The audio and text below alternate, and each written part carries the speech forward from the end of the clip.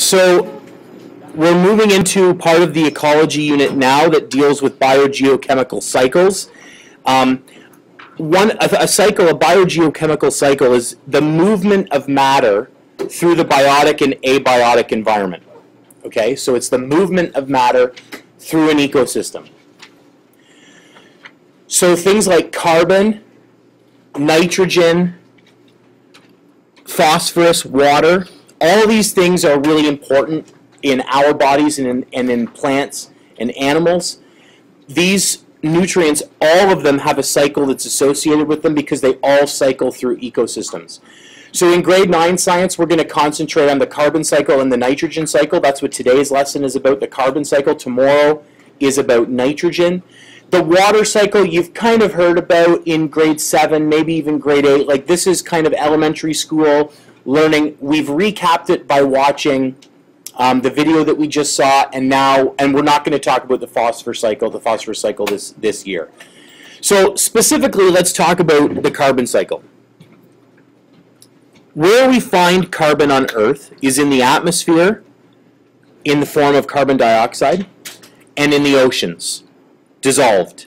Okay, they're all part of the carbon dioxide molecule when they're in that form. These two things, the atmosphere and the ocean, are what we call reservoirs or sinks, carbon sinks or carbon reservoirs.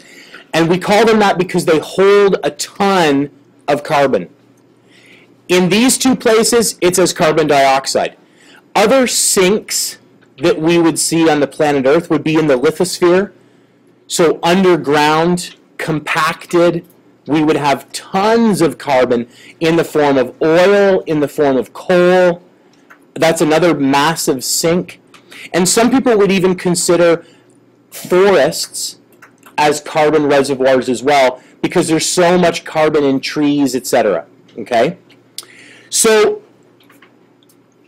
one of the things that is important when we talk about the atmosphere and when we talk about the oceans is this carbon dioxide molecule. So let's discuss briefly photosynthesis and how photosynthesis helps us and why it's a crucial factor. So producers, which are plants, use energy from the sun to make sugar. Now, this isn't table sugar, it's a special form of sugar. We call it glucose. And the chemical formula, because we've just finished our chemistry unit, is C6H12O6. So it's a simple sugar molecule. But this is what we make. This is what plants make. Green plants use chlorophyll. Okay, it's a pigment. And that's what captures the sun's energy. Yep. Can you just zoom in a little bit? Yep. I'm assuming that's the word you wanted zoomed in? Yeah. Will we need to memorize the formula for glucose? No, you don't need to memorize the formula for glucose. That's a good question. Some things we put in here just for interest's sake. All right, this is important though. The equation, the word equation for photosynthesis. This is one thing that as a grade 9 student you need to know. And the word equation is that carbon dioxide and water, plants absorb carbon dioxide through their leaves, and they take in water through their roots. Plants will use these two things to create glucose in its aqueous form. That means it's a solution with water. Okay, it's dissolved in water, and oxygen. How many of you have seen or know a little bit about photosynthesis from another class in other learnings? Okay, so some people do. And maybe others have forgotten, and that's okay. So plants will take in carbon dioxide and water, and in turn, through photosynthesis, will give us glucose and oxygen. So another important process is cellular respiration. Plants and animals need energy to perform functions like breathing, eating, moving, growing, digesting, excreting, and reproducing. Okay, these are the functions that we perform. Of course, plants and animals do more moving than trees, and so that's where a lot of our energy goes, is into movement. But breathing, eating, growing, digesting, excreting, and reproducing. Also thinking, our brain uses a ton of energy. But we need energy. Okay? And one of the ways that we get energy is from the is basically what's stored in glucose. So we ingest or eat sugar. It's okay. We ingest sugar, and that gives us energy. But what has to happen is we need to break down that glucose in order to obtain energy, and that's what we call cellular respiration. So this happens at the level of our cells. But cellular respiration releases carbon into the atmosphere in the form of carbon dioxide. Okay? So we have another word equation that's going to seem very familiar with one minor difference. It's actually a very important difference, but here's cellular respiration. And you'll notice that it's the exact mirror image of photosynthesis. Is that plants and animals will use glucose and oxygen to produce carbon dioxide and water.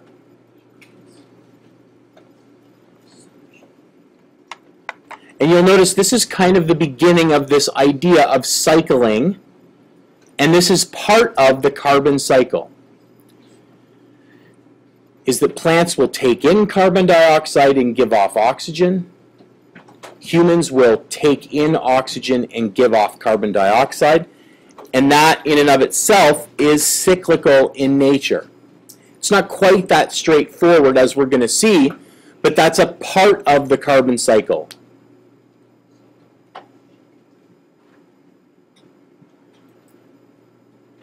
Before we move on to look at the big picture and what the carbon cycle looks like completely, what we want to do is that we want to investigate carbon dioxide and global warming. Carbon dioxide is a greenhouse gas, so it traps heat from the sun. It keeps us warm.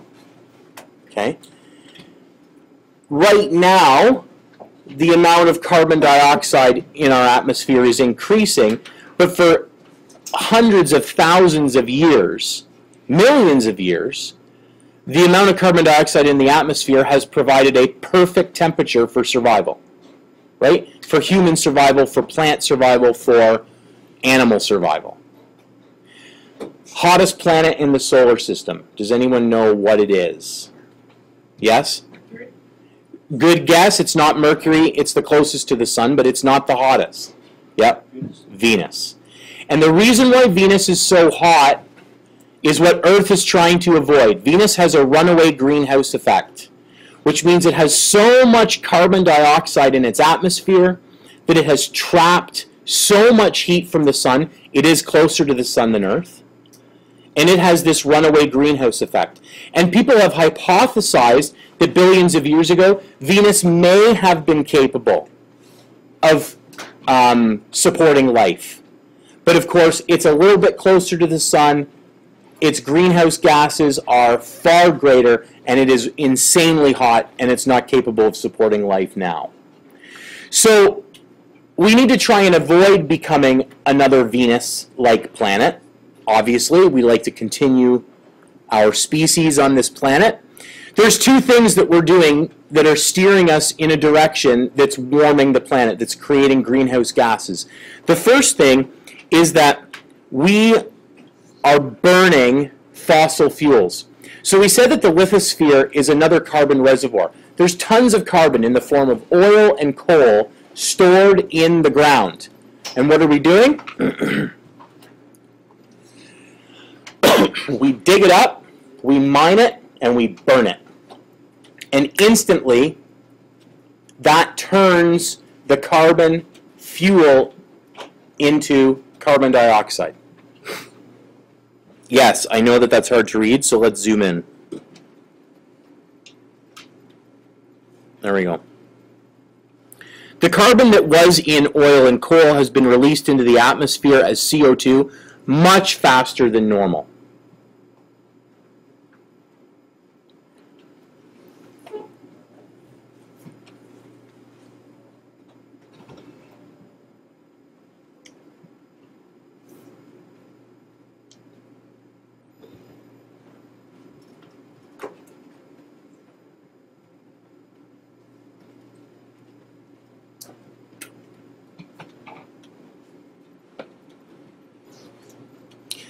And at the same time as we're depositing all this carbon dioxide back into the atmosphere, unfortunately, the one thing that can and does and should be helping us, trees and forests, we're clear cutting them.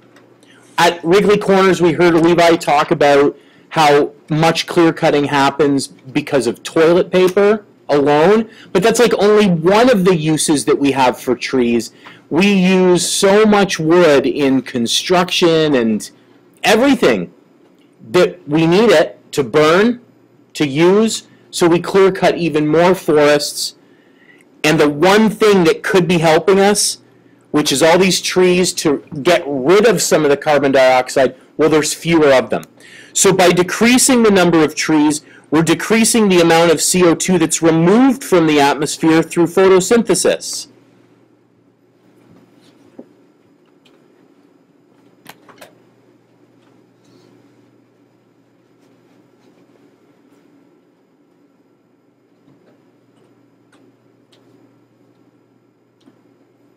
This is contributing to global warming, which is climate change, right?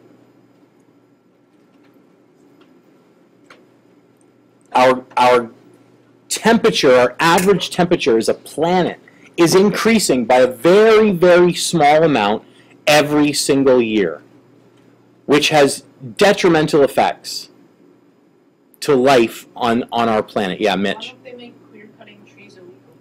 Yeah, why don't they? Like, the thing is unfortunately, and we don't want to get too political, but there's certain industries that need forests. There's certain industries that need wood. And so they have very, very powerful lobbyists, and they have very, very powerful political channels that lean on politicians to sometimes not always do the right thing. It also doesn't help that there are world leaders who deny that climate change exists. Yes, giggle, giggle. Thank goodness not in Canada. We know that climate change is real. But there are tons of people that just don't even believe that climate change is happening when the science shows us that it is. All right, let's move on, and we'll talk about the carbon cycle. Again, it's a cycle, so we don't really need to worry about where we start and where we end, but we're gonna look to the top.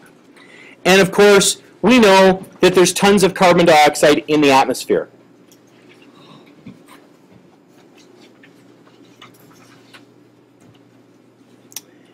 And so one of the ways that this is cycled, as we just talked about, through photosynthesis and cellular respiration, is basically by producers and consumers. Okay, so here's the first little wheel of our carbon cycle, is that we've got CO2 in the atmosphere up here, and we've got photosynthesis and cellular respiration happening between producers and consumers on the ground and on the land.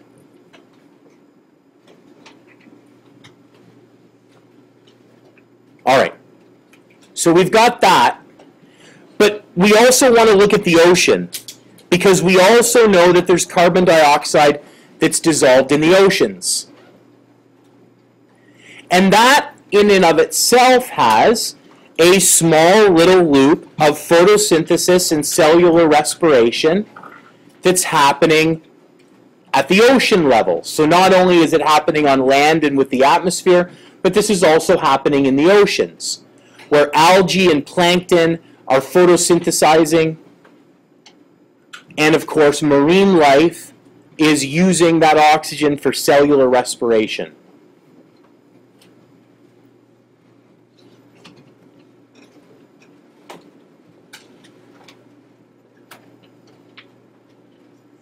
So we get some producers, we get some consumers, and we're really kind of cycling through. Now, if that was the only story, that would be, we'd be missing a whole part of this carbon cycle. Okay? Ideally, without any interference from humans, this, with a little bit of an addition, is what would be happening, right? But as we're going to see, this paints a little bit more grim picture. So producers and consumers die. And when they die, they decompose. Okay, so we see decomposers and decomposition happening both at the bottom of the ocean and on Earth in the lithosphere. Okay, so we see decomposition happening, and of course bacteria and fungi that break down plant and animal matter are also contributing to the amount of carbon that's both at the bottom of the ocean and underground, that's compacted through geological time. So what we get is that we get a lot of these sediments, these carbon sediments that are compacted year after year after year, both on land and in the ocean. This is one of the reasons why you see oil rigs way out in the middle of the ocean, right? Because they know that underneath the oceans there's tons and tons of oil and carbon to be found. So not only do we dig it up on the land, but we also dig it up underground. Okay? So what do we do with it? And that's the thing. This paints the ugly picture. We use the carbon that's in oil and coal and gas, natural gas. We deforest and we burn wood.